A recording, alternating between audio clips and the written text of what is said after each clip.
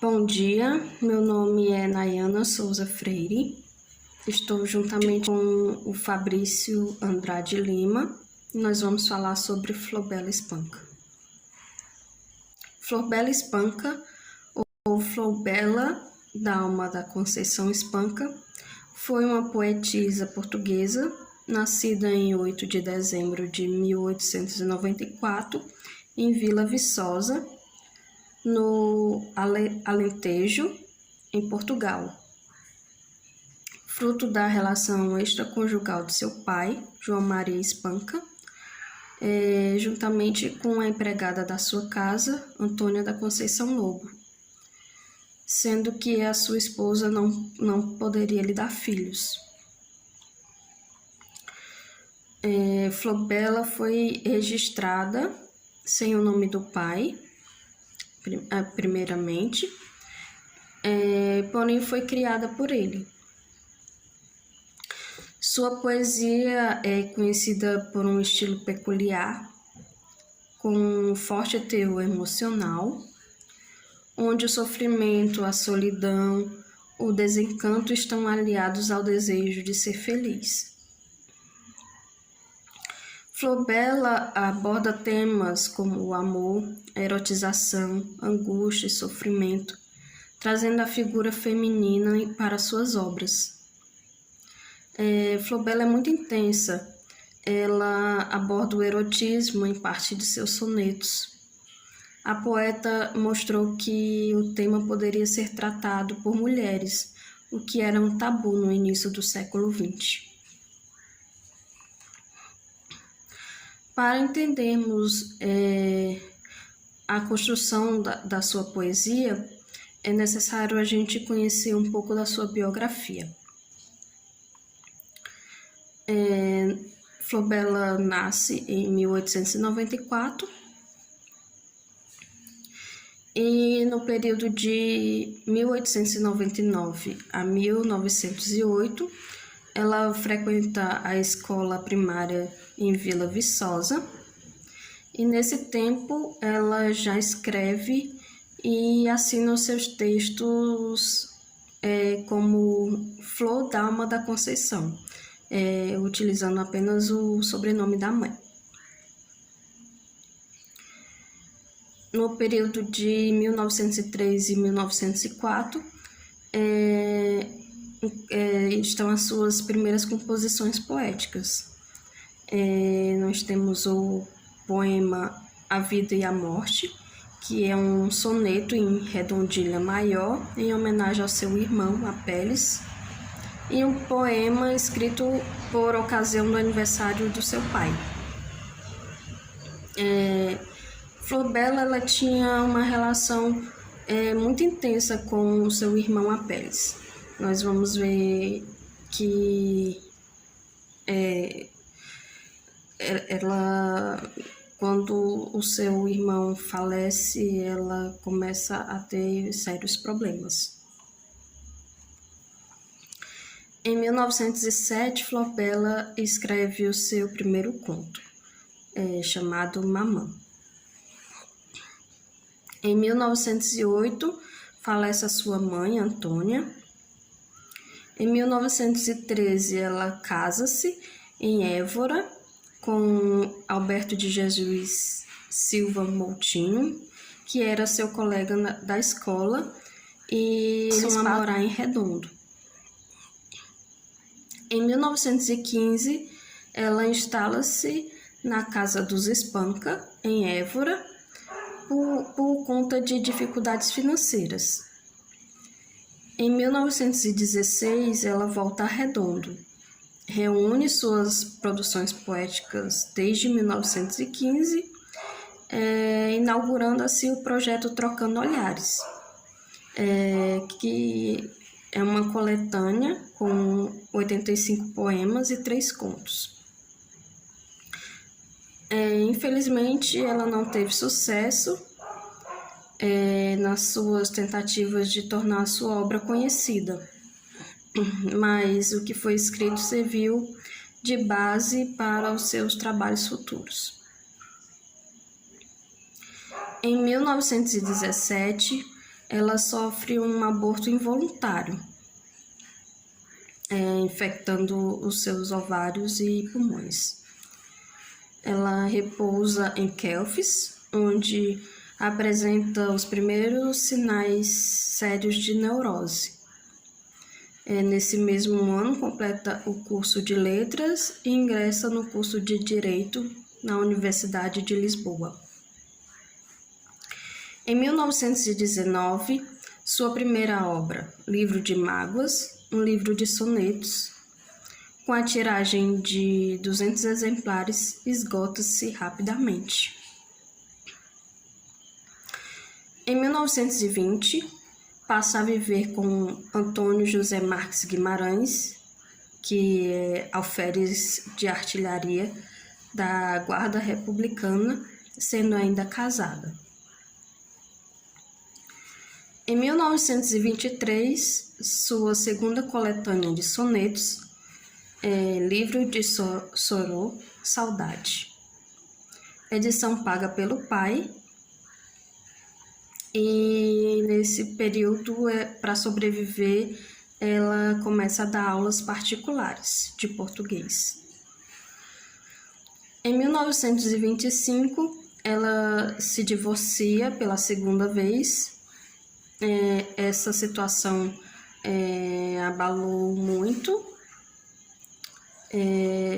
E seu ex-marido, Antônio Guimarães, ele abre mais tarde uma agência chamada Recortes, que colecionava notas e artigos sobre vários autores. O seu legado pessoal reúne o mais abundante material que foi publicado sobre Flor Bela, desde 1945 até 1981. Ainda em 1925, a poetisa casou-se com o médico Mário Pereira Lage, que conhecia desde 1921 e com quem vivia desde 1924. O casamento decorreu em Matosinhos, no distrito de Porto, onde o casal passou a morar a partir de 1926. Nesse mesmo ano, em 1926, a Peles, que seu irmão, ele falece num trágico acidente de avião. A sua morte foi para Flor Bela muito doloroso. Em homenagem ao seu irmão, Flor Bela escreve o conjunto de contos As Máscaras do Destino, volume publicado póstumamente em 1931. Entretanto, a sua doença mental agrava-se bastante. Em 1928, ela teria tentado suicídio pela primeira vez. Em 1930, começa a escrever o seu diário do último ano, publicado só em 1981. Em junho desse ano, principiou a correspondência com Guido Patelli, professor italiano, visitante na Universidade de Coimbra, responsável pela publicação da Charneca em Flor em 1931. Na altura, a poetisa colaborou também no Portugal Feminino de Lisboa, na revista Civilização e no 1º de janeiro, ambos do Porto. Nesse mesmo ano, ela tenta suicídio por 2 vezes, uma em outubro e outra em novembro. Na véspera da publicação da sua obra-prima, Charneca em Flor. Após o diagnóstico de um edema pulmonar, a poetisa perdeu o resto da vontade de viver. Não resistiu à terceira tentativa de suicídio e falece em Matosinhos no dia do seu 36º aniversário, no dia 8 de dezembro de 1930. A poetisa teria deixado uma carta confidencial com suas últimas disposições, entre elas o pedido de colocar no seu caixão restos do avião pilotado por Apelles na hora do acidente.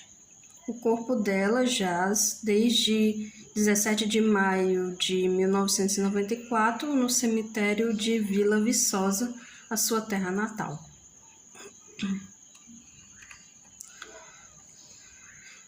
Falando agora um pouco sobre o contexto histórico, Flor Bela integra um efetivo de escritoras que publicam suas obras nas primeiras décadas do século XX.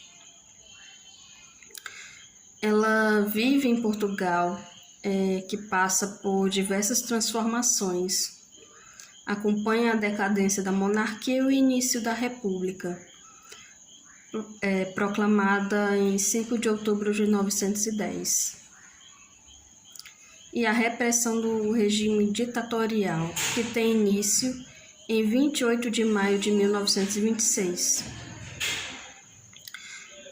O contexto social da época revela um país que, embora comece a respirar ares de modernidade, de um novo século, ainda é adepto de uma moral cristã fortemente marcada pelo preconceito.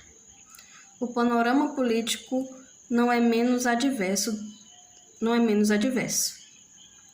Durante a ditadura, a censura é bastante rígida, impondo cortes parciais ou proibindo completamente os livros que ofendam a moral cristã com a qual se identifica o Estado Novo, ou que perturbem os valores políticos e filosóficos em que o regime se alicerça. No entanto, é nesse contexto que as mulheres dedicadas à poesia começam a conquistar o seu espaço, deparando-se muitas vezes com o desprezo e a ironia de diversos críticos e escritores desse período. Vou analisar agora o poema chamado Fanatismo, conhecido por ter sido musicalizado pelo cantor Fagner. Ele está presente no livro Sorô, Saudade, de 1923. Minha alma de sonhar-te anda perdida, meus olhos andam cegos de te ver. Não és sequer razão do meu viver, pois que tu és já toda a minha vida. Não vejo nada assim enlouquecida. Passo no mundo, meu amor, a ler, no misterioso livro do teu ser, a mesma história tantas vezes lida. Tudo no mundo é frágil, tudo passa. Quando me dizem isso, toda graça de uma boca divina fala em mim. E olhos postos em ti, vivo de rastros.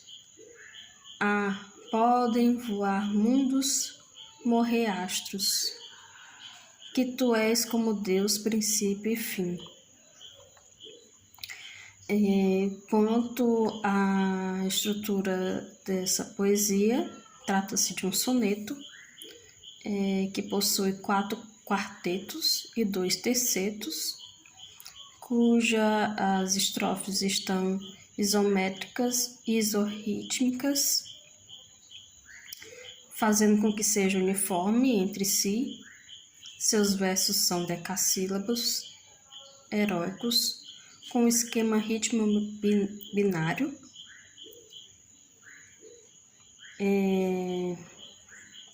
As rimas nos quartetos encontram-se no esquema ABBA, estando assim interpoladas em A e emparelhadas em B. Nos tercetos ao esquema CCD, sendo emparelhadas em C e interpoladas em D. Exceto os versos 12 e 13, que rimam os substantivos rastros e astros, as demais rimas são ricas. Os versos 1, 4, 5, 8, 9, 10, 12 e 13, o ritmo dos versos é feminino e grave, nos demais é masculino e agudo. Com relação ao poema, nós podemos dizer que trata-se de uma mulher apaixonada que declara seu amor e expõe com os seus sentimentos por meio de metáforas e hipérboles. Existe esse exagero no amor, né, e através de metáforas. O Eurírico busca a representação da força do seu amor, que tomou conta da sua vida. Tanto que ele diz aqui no verso que não é sequer razão do meu viver. Eu não vivo em razão de você, porque você já é a minha vida, tu já és toda a minha vida. Então, ela está trazendo que aquele ser é mais do que a razão do meu viver, é toda a minha vida.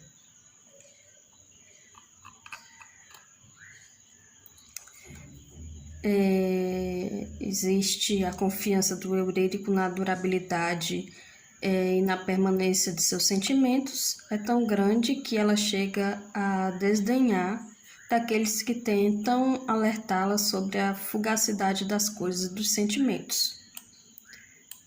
O título do poema dá a ideia de intensidade de sentimento, né? Fanatismo, quando você é fanático por algo, por alguém. É um amor exacerbado, enlouquecido. É um sentimento quase fora do normal, né? À beira da obsessão. O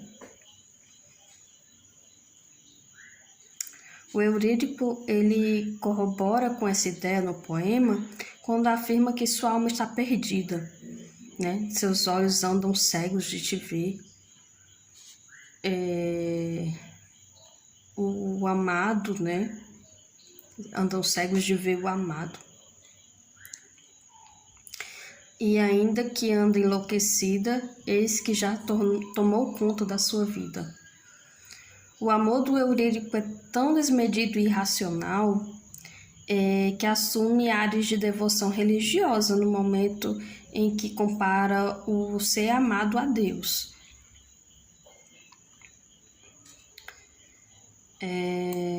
Tanto que diz aqui, né? Como diz aqui.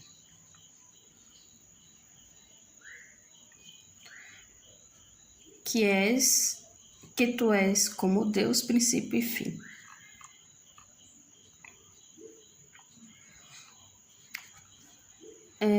Existem características simbolistas presentes na obra, que são o uso de várias figuras estilísticas, né? Como a metáfora, a comparação, a hipérbole, paradoxo.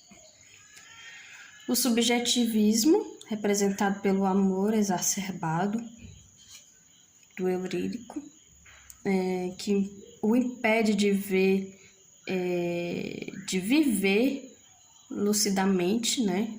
De enxergar o amado como uma pessoa normal, de carne e osso. E existe a espiritualidade também, através da elevação do amor do ser carnal a ser superior do que isso. E é isso. E aí, pessoal, professora Sara ou qualquer outra pessoa que estiver assistindo esse vídeo. Eu me chamo Fabrício e junto com a Nayana vou continuar a exposição que a gente está fazendo aqui sobre a Flor Espanca. E a Nayana já trouxe aí de forma muito interessante toda a trajetória da nossa poetisa que a gente está abordando, mostrando a biografia dela, que é muito ligada em todas as análises que são feitas sobre a poesia da Flor Bela, mas e também fez uma análise de fanatismo, mas uma coisa a se pontuar sobre toda essa biografia que é importante para entender a poesia da Flor Bela e, né, sua história e tudo mais, ao mesmo tempo há algumas contradições no que diz respeito a essas biografias feitas em torno da Flor Bela Espanca. Então vamos iniciar aqui. Vocês vão me ver olhando aqui de vez em quando para cá, porque o celular está aqui gravando e o meu computador está aqui, que é por onde eu vou me guiar durante a minha apresentação, certo? Primeiro de tudo, a Flor Bela Espanca, eu não lembro bem, porque, claro, não lembro tudo que a Nayana disse no vídeo anterior, mas se eu não me engano, ela pontuou que a Flor Bela, ela tem pontos ali ligados com o simbolismo, mas e também com o neorromantismo, se eu não me engano, mas ela não se encaixa, ela não se encaixou e não se encaixa plenamente em um movimento, em um grupo, em uma escola literária, né, como queira chamar. Ela a Dalfarra, que é uma autora que, pelo que eu percebi nas minhas pesquisas, ela é uma grande estudiosa da Flor Bela Espanca e da sua poesia. Ela diz que ela é contemporânea ao modernismo, né, a Flor Bela, contemporânea do grupo Orfeu, onde estava Fernando Pessoa, Mário de Sá, entre outros autores, aos quais ela parece ter sido indiferente. E essa indiferença, ela dá uma autenticidade à poesia da Flor Bela Espanca. Ela escrevia em sonetos, né? Eu vou abordar um pouco sobre o porquê, ou o possível porquê desses sonetos, um pouquinho mais na frente. O fato que mais gira, que é o que mais está presente na nossa apresentação, é que a Flor Bela viveu em um contexto de ditadura, ou ditadura pelo menos para as mulheres, né? Que algo constante em grande parte da história e ainda na contemporaneidade. Ela vive em um período de fundamentalismo religioso, né, onde a Igreja Católica ele tem ainda um controle muito grande, até mesmo sobre o Estado. Então, o contexto não ajudou a nossa poetisa. Todo esse contexto ele vai afetar na poesia da Flor Bela e na própria vida da Flor Bela. E nesse slide aqui, que está aparecendo para vocês, eu até coloquei lá em cima, estreando Flor Bela, a louca, a neurótica. Por que eu coloquei isso? Obviamente eu não a considero dessa maneira, mas o que eu falei lá no início de ter um cuidado com as biografias que a gente encontra dela, de ter um cuidado com o que é dito sobre ela, geralmente por estudiosos, escritores ou críticos homens, principalmente no tempo em que ela escrevia, leva toda a sua história sofrida, que foi sim uma história sofrida, de tentativas de suicídio e suicídio ao fim, de morte do irmão, de casamentos, de separações, de uma certa negação entre a relação ali do pai da Flor Bela com ela, que apesar de ter criado ela, não a registrou como filha dele, né? Se eu não me engano, só depois que ela, né, que ela teve seus escritos ali compartilhados e tudo, que ele teve o interesse de registrar ela como filha. Li algo do tipo, mas não lembro em qual artigo no momento. Não é o ponto principal aqui agora. Mas enfim, toda essa gama de coisas que são puxadas da vida dela em todo momento faz com que ela sempre seja fitada, ela e a poesia dela, como uma poesia de angústia, de sofrimento, de dor, de implorar por um amor ou qualquer coisa do tipo, e que ela tem problemas psicológicos e tudo mais. Muito provavelmente ela realmente sofria com problemas devido a muitas circunstâncias em que ela viveu, né? E ela se suicidou, então demonstra realmente uma certa angústia e tudo mais. Mas a poesia dela é muito rica em diversos outros assuntos, sabe?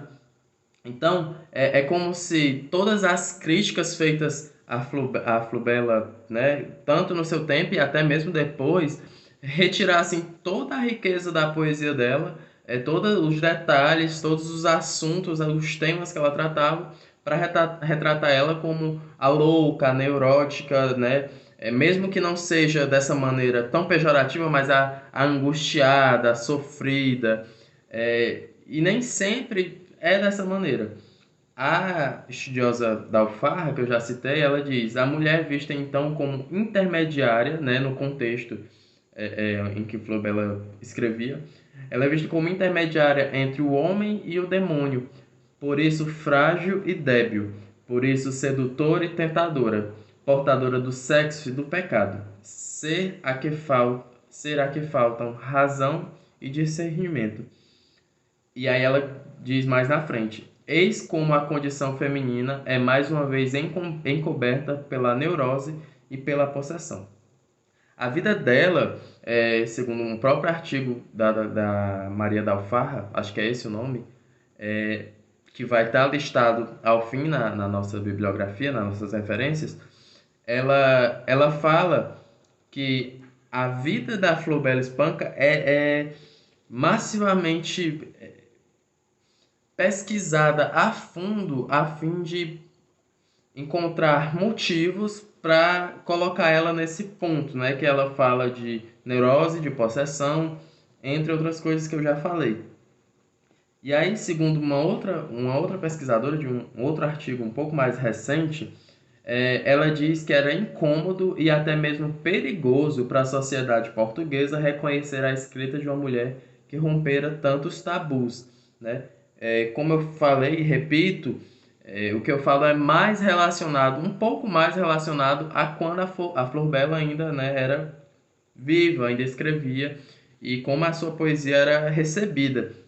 Mas isso acabou se cristalizando e virando a história dela, como se realmente fosse dessa maneira apenas, sabe? Eu li uma tese, se eu não me engano era uma tese, assim, de mais ou menos o começo, e como eu não consegui ler tudo, eu acabei não listando porque eu decidi não trabalhar com ela, apenas com 3 artigos que eu li.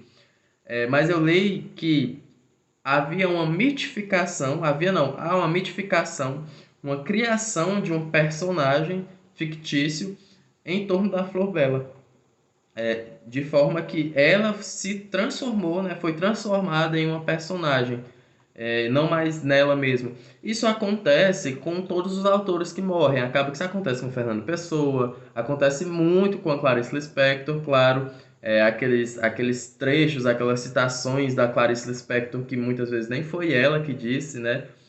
Então sempre há uma cristalização de alguma imagem, mas em relação à Flor Bela era sempre algo pejorativo, para tirar a importância ou a beleza da poesia dela e colocar como se fosse uma coisa ruim, uma coisa que tira a moral, tira os bons costumes, né? A Dalfarra fala na moral, fala nos bons costumes da época, ou para santificar a Flobela Espanca como alguém que vai ter até aqui em uma citação, como alguém que, olha, ela sofreu muito, essa pessoa é muito sofrida e por isso ela era dessa maneira, sabe?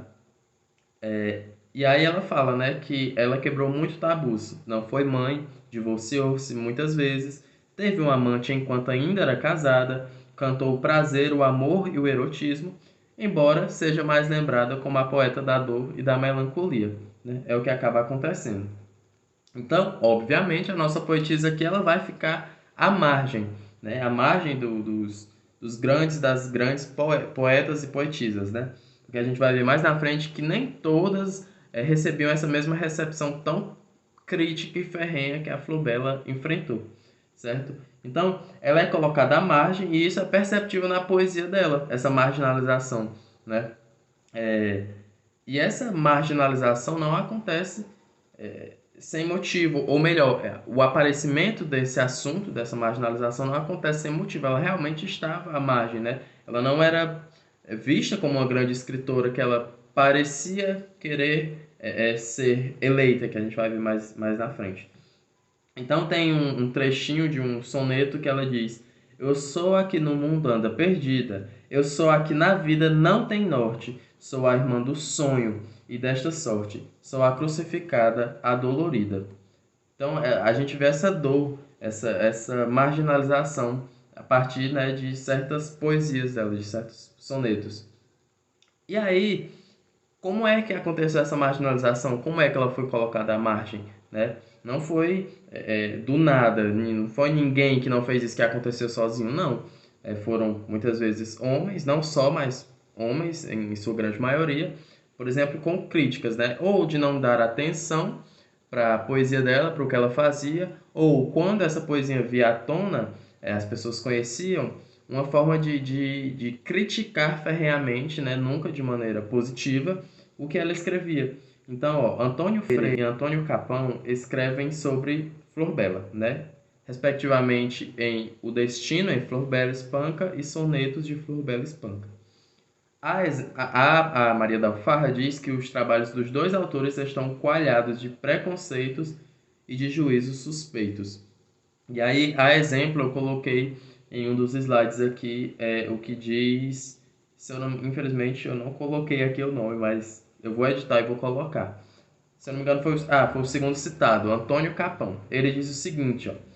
Flobela procurou incessantemente a alma gêmea da sua.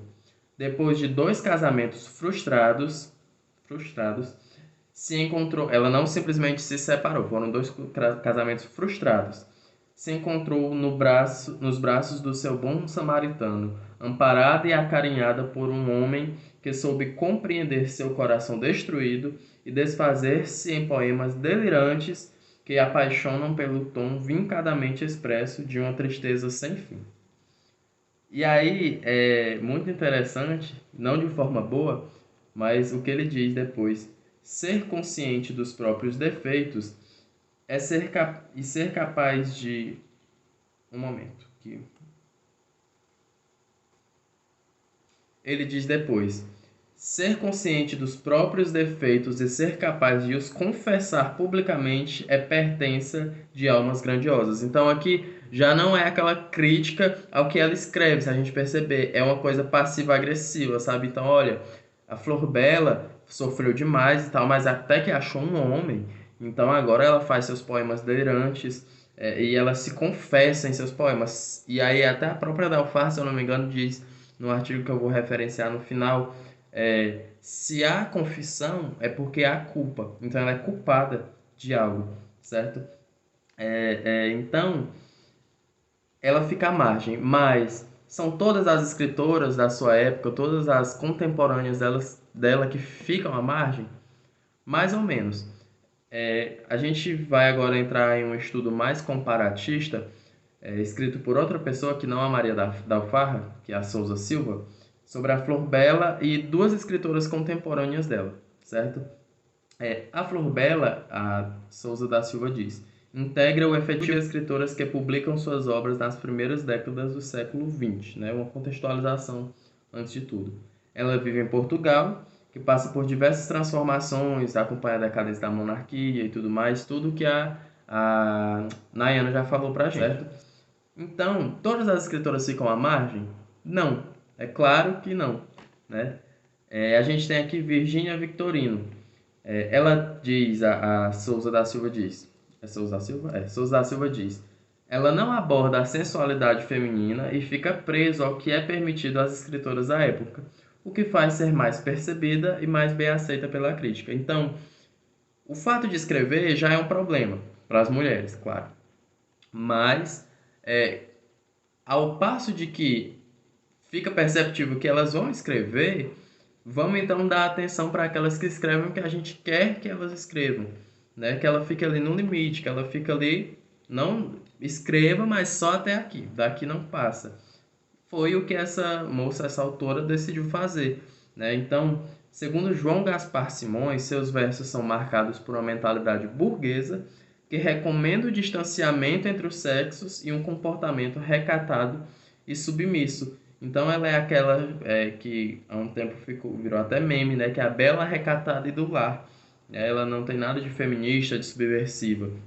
E aí a gente tem aqui um exemplo da poesia da Virginia Victorine, que se chama Uma Vez. Ela diz: ama-se uma vez só, mais de um amor de nada serve e nada o justifica. Um só amor absolve e santifica. Quem ama uma vez só, ama melhor. Qualquer pessoa, seja lá quem for, se a uma outra pessoa se dedica, só com essa ternura será rica, e qualquer outra julgará pior. Há dois amores, o verdadeiro. Se há segundo, de que é feito o primeiro? Essa contradição, quem foi que a fez? Então a gente vê aqui um distanciamento de separação, de encerrar um casamento. Se você começou um casamento com fulano ou com fulana, você tem que ir até o fim, uma coisa bem cristã, dentro da moral e dos conhecidos bons costumes, né? Enquanto isso, a gente tem nossa poetisa preferida do momento, a Flor Bela, que ela escreve um poema sobre amor também, que se chama Amar.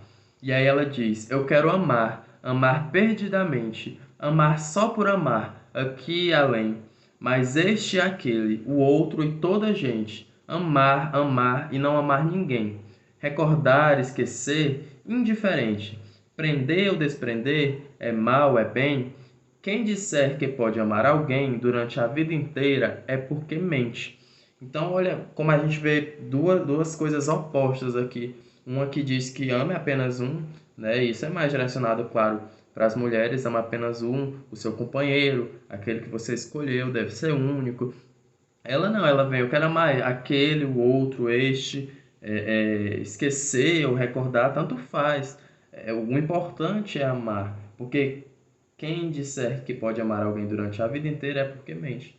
E aí, claro, isso fica a critério de cada um, o que é que acha, né, sobre relacionamento, sobre tudo isso é muito complexo.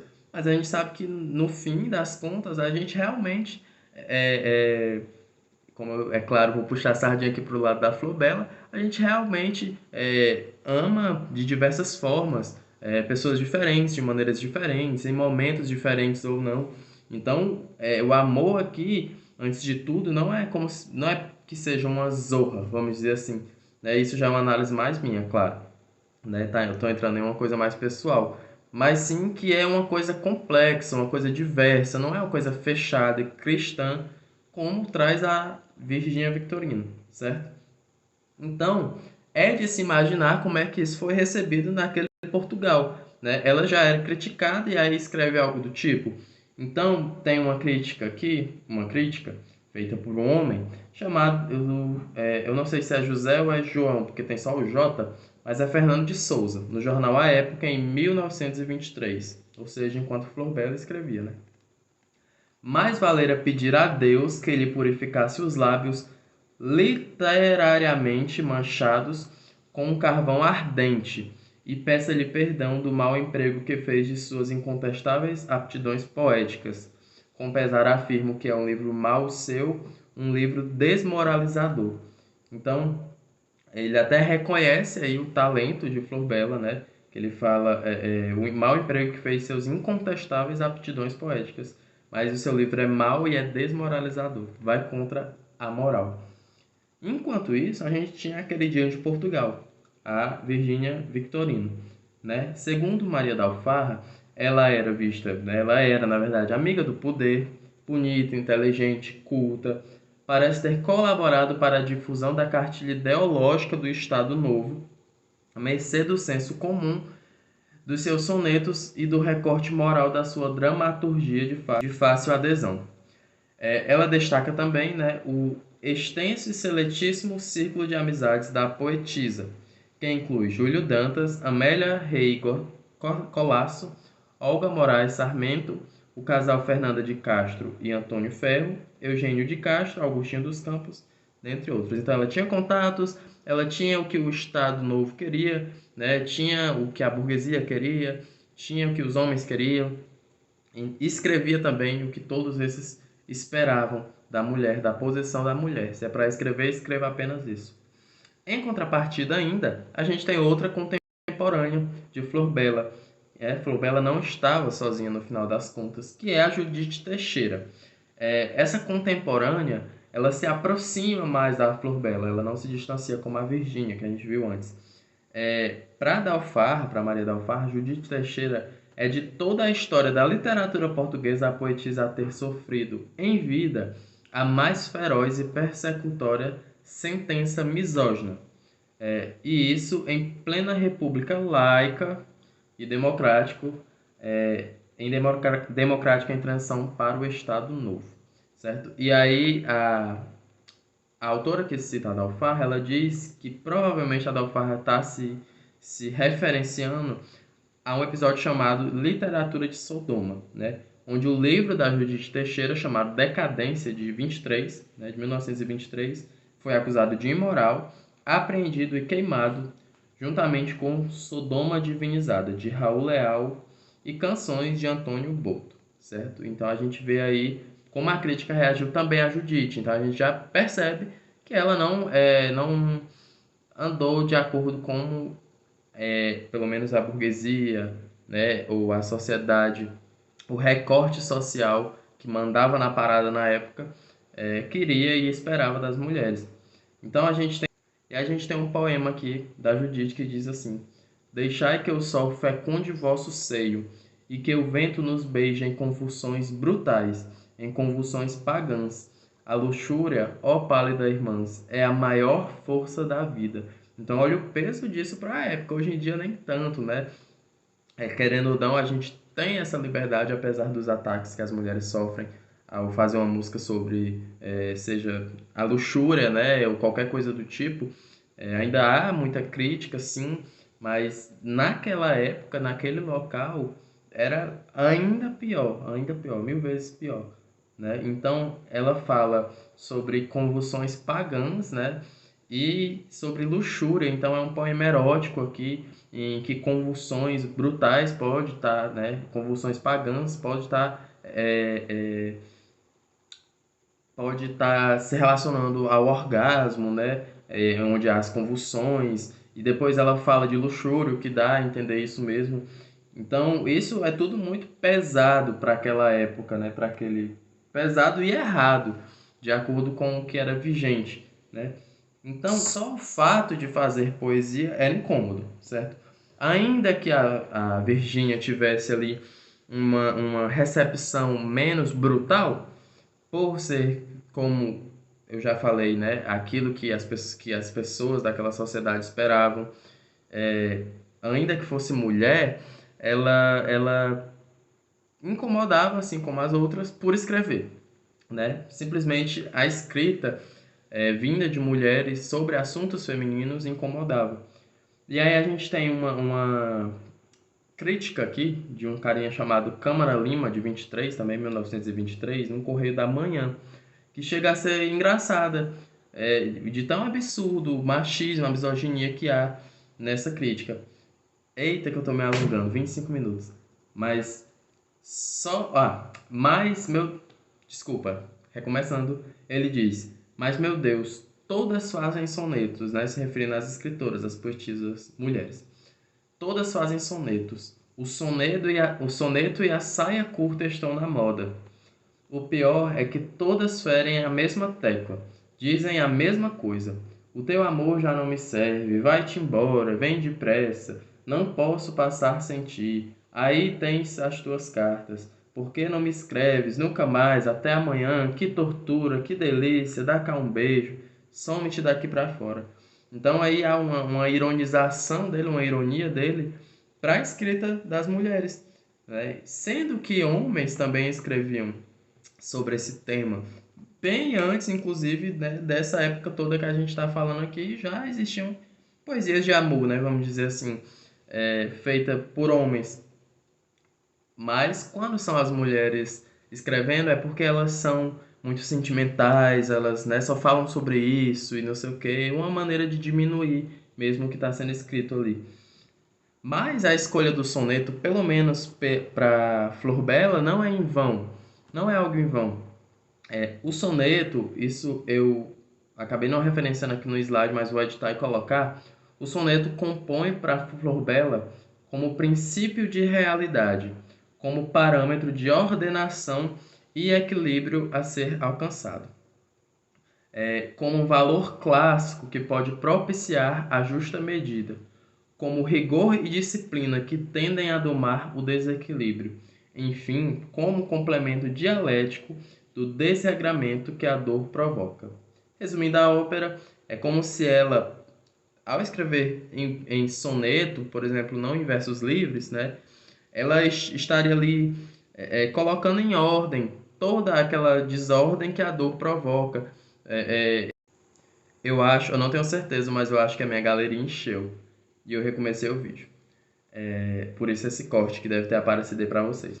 Mas ao escolher o soneto, ou não escolher de maneira, vou fazer o soneto, né? Mas ao escrever em forma de soneto, nessa estrutura mais regrada, é como se, de certa forma, fosse uma tentativa também de ser aceita, de ser reconhecida. Olha, né, estou escrevendo aqui, está na métrica, está na estrutura, sabe? Então, demonstrar sua aptidão também, organizar o que está desequilibrado, desorganizado, seja como for, e também ser aceita.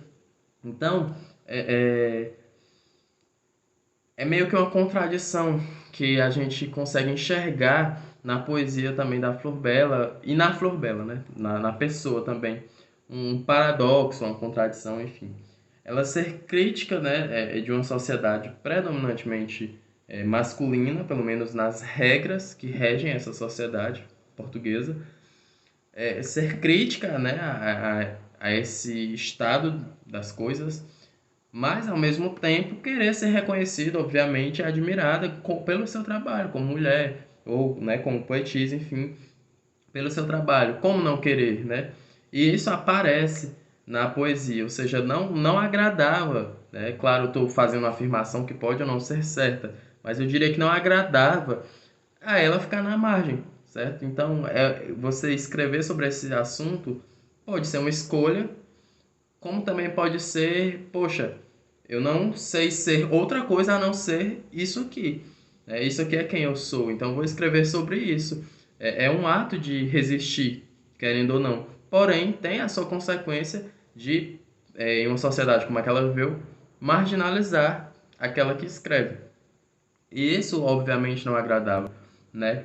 Então, Souza da Silva ainda diz: sua postura em boa parte de sua obra nos apresenta ideias contraditórias, pois ao mesmo tempo em que parece escarnecer a postura masculina, deseja ser reconhecida por ela, deseja ser eleita em suas múltiplas formas de ser mulher.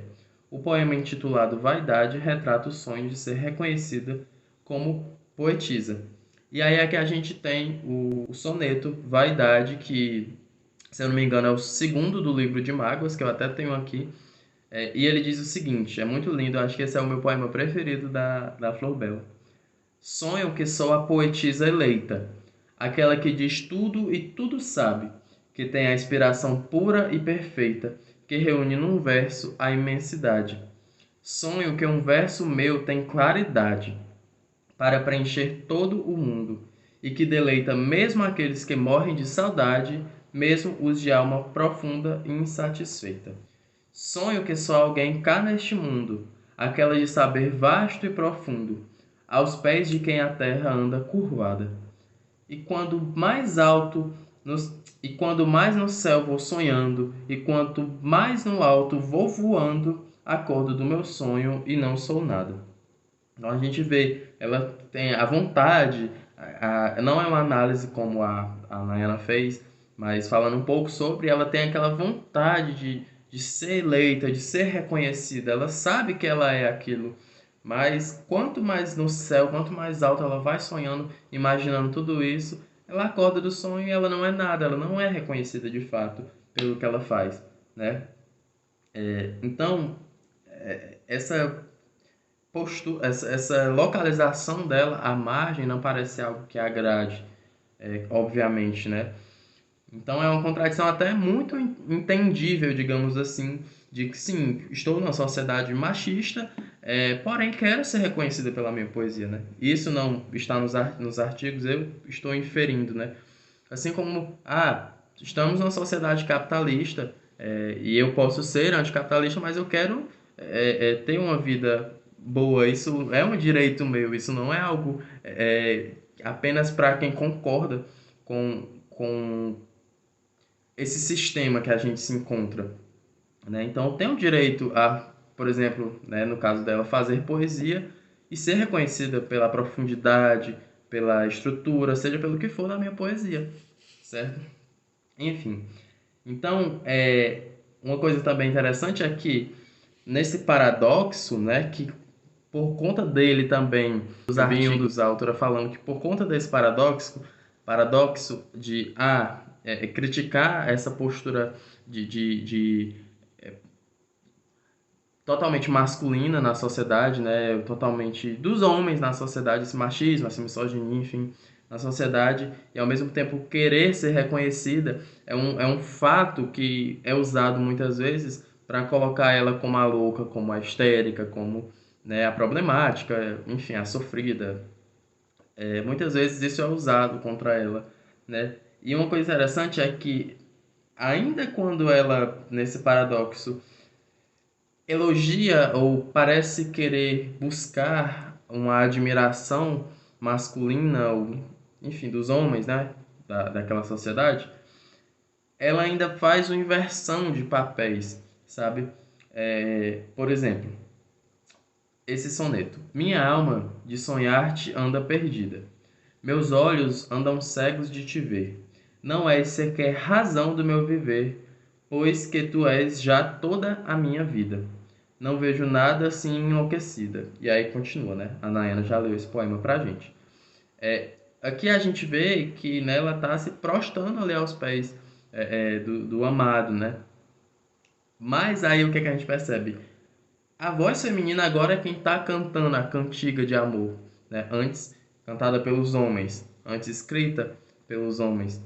Então, ainda que ela esteja, né, nessa posição, a partir dessa postura em que ela se coloca, é ela quem está cantando, é ela quem está, né, escrevendo, é ela quem está se colocando e colocando como a amante, né, aquela que ama e tudo mais.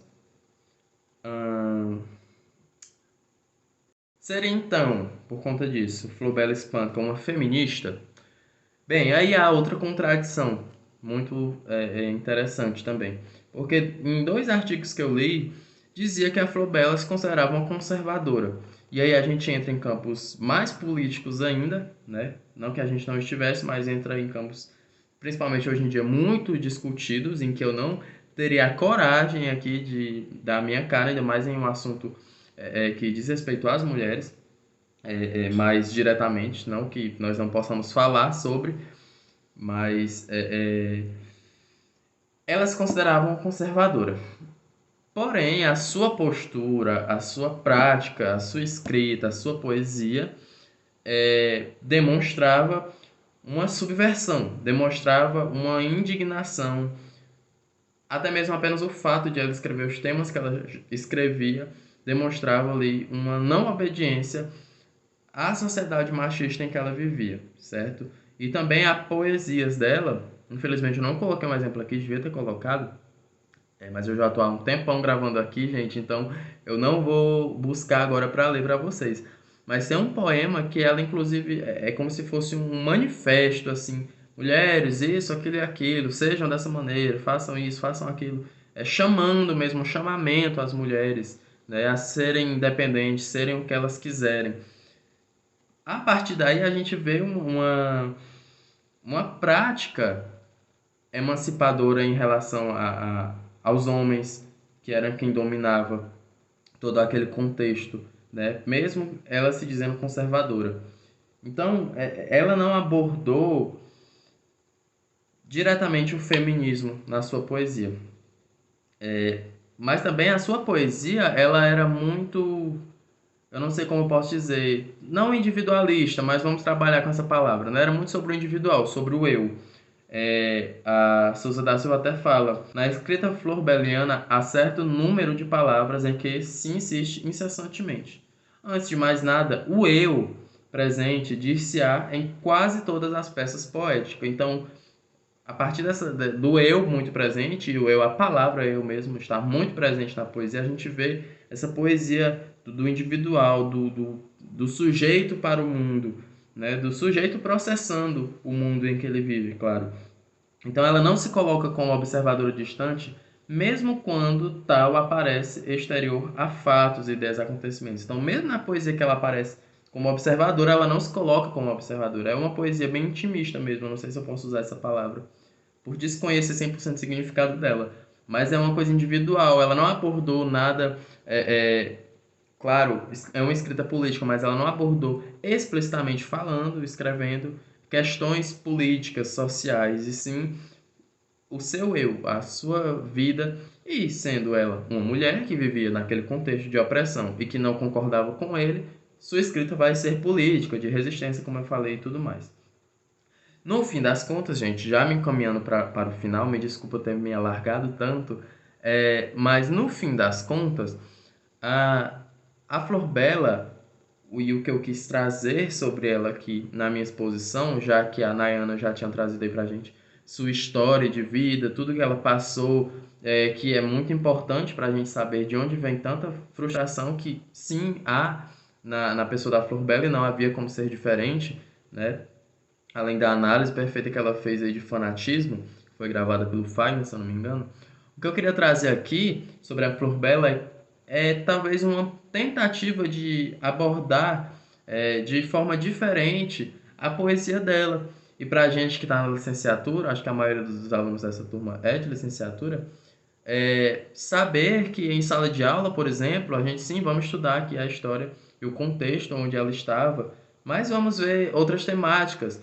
A Flor Bela, como a Dalfarra fala aqui, ó, ela na obra da Flor Bela há imagens que passeiam entre a Diana, a caçadora, Vênus, a sedutora, Júpiter, a mãe, sem entretanto se decidir por uma só. Ela pode ser a irmã, a sedutora, a virgem, a impossuível, a inalcançável, a voluptuosa, a panteísta, a amiga, a desencantada da vida, a Soror, a pátria, a princesa do desalento, a deusa, a infanta do Oriente, a castelã da tristeza, a mãe, a erótica, a insaciável, a princesa encantada. O que eu estou querendo expor aqui é a Flor Bela é múltipla, a sua poesia é múltipla, a sua temática é múltipla, certo? Sim, em grande parte há sofrimento, há angústia. Um livro dela chama-se Livro de Mágoas, então é importante trazer isso também. Mas também quais são as motivações dessa mágoa? Qual a motivação? É só a vida sofrida dela? E a vida dela é sofrida por acaso? Porque não é por acaso. A gente tem todo um contexto que influi, querendo ou não, na vida dela e se influi na vida. Claro. É claro que a gente não faz uma ligação direta entre vida e escrita de um artista, né? O que ele escreve é o que ele vive. Mas, obviamente, o que atinge em sua vida, e como a escrita dela é uma escrita sobre o eu, como eu falei, é, é claro que o que atinge em sua vida de forma negativa, para uma escritora que escreve muitas vezes sobre coisa negativa, ou angustiante, ou ansiosa, vai afetar na vida dela e na escrita. Mas, além disso, além de haver essa presença, há também a temática do amor, a temática da família, a temática do erotismo, né? A temática de diversas que a gente pode abordar e enxergar a Flor Bela Spunk e admirar a sua poesia. Eu acho que no mais é isso, eu queria expor sobre isso, queria expor também sobre o contexto, sobre tudo que ela passou, algumas críticas que eu trouxe aqui para a gente saber como é que foi difícil para ela e a gente talvez conseguir ressignificar um pouquinho sobre o que a gente conhece de Flor Bela Espanca. Eu espero que tenha ficado elucidado tudo que eu falei, que não tenha ficado nada com névoas e espero vocês na próxima disciplina, no próximo trabalho, enfim.